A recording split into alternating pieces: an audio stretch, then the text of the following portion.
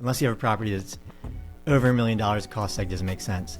A big part of that is because the fee on the cost seg is generally pretty hefty. Right.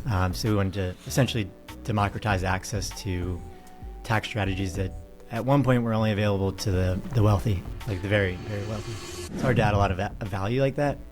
And the other thing I hated was like calling a client and be like, hey, you owe 20 grand. So I wanted to find a space where, I could provide value to a client where maybe they're not getting that from their traditional CPA, and then also be able to have kind of the opposite thing where it's like, we saved you 20 grand versus and yeah, this is not like a new tax strategy, obviously, but a big thing I wanted to do is say, because there's kind of always this notion that like, unless you have a property that's over $1 million, cost seg doesn't make sense. A big part of that is because the fee on the cost seg is generally pretty hefty. Right. So we wanted to essentially democratize access to tax strategies that at one point were only available to the wealthy, like the very, very wealthy. Right. I mean, that is what I'm familiar with cost seg, and where a lot of the investors that suggest it, where people are like, man, I'm going to pay so much on taxes, a lot of the advice is you should do a cost segregation. Yep. And then there were sort of what always piggybacks that comment is it's really expensive, but it should be worth it, And so you're trying to bring this to make this cost more feasible for maybe the smaller investors that don't have millions of dollars or might have smaller assets, but they still want to save some money on taxes. Yeah.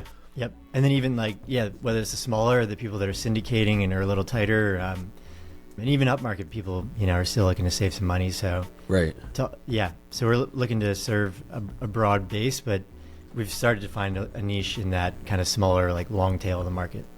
What did you have to do a lot of research going into this, or did you already have a pretty good understanding of cost segregation? What did that look like when you were like, I want to niche down into this? What did your process look like to get ready for that? Great question. So I should say that like when I decided I wanted to get back into the tax space, I didn't like narrow down on cost seg right away. I did a bunch of interviews I knew I wanted to go into something like I mentioned that was like value add. So the two main areas that you can do that in tax are with business owners or real estate investors. So I did a bunch of interviews with like just people in my network in those spaces, and then also did a lot of interviews with like former colleagues of mine in the tax space, or just CPAs I knew. And amongst the real estate investors, like one thing that always came up was cost seg, and there was always often a complaint about the costs associated with it. And then on the other side, I was able to interview a couple people that did cost seg at a very high level, maybe have been doing it for 30, 40 years, and have them just walk me through kind of their process. And I asked, like, when was the last time this changed? And they told me, when Excel launched in like 1992 or whatever it was. Right. So I found that super interesting. But yeah, it is an entirely new skill set than what I had learned, in my early days of accounting. Yeah, essentially we were able to find a couple advisors that have been doing this for, as I mentioned, 20, 40 years, and had a couple first engagements. We just did 100% manually and then walked with them through that. And that included my co-founder, Joe, who was previously a software engineer at Meta, who's like manually in the weeds, kind of he was even going to site visits, and like really getting his hands dirty. And then his brain is just thinking like, how do we, where are there opportunities to automate, and like what can't be automated that we can like just improve the workflow around.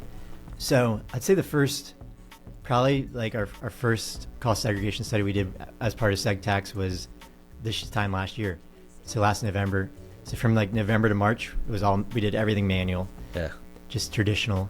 And then in March we started building out the product, and but I think that was key. We had to really know the ins and outs, and especially by different property type and all that.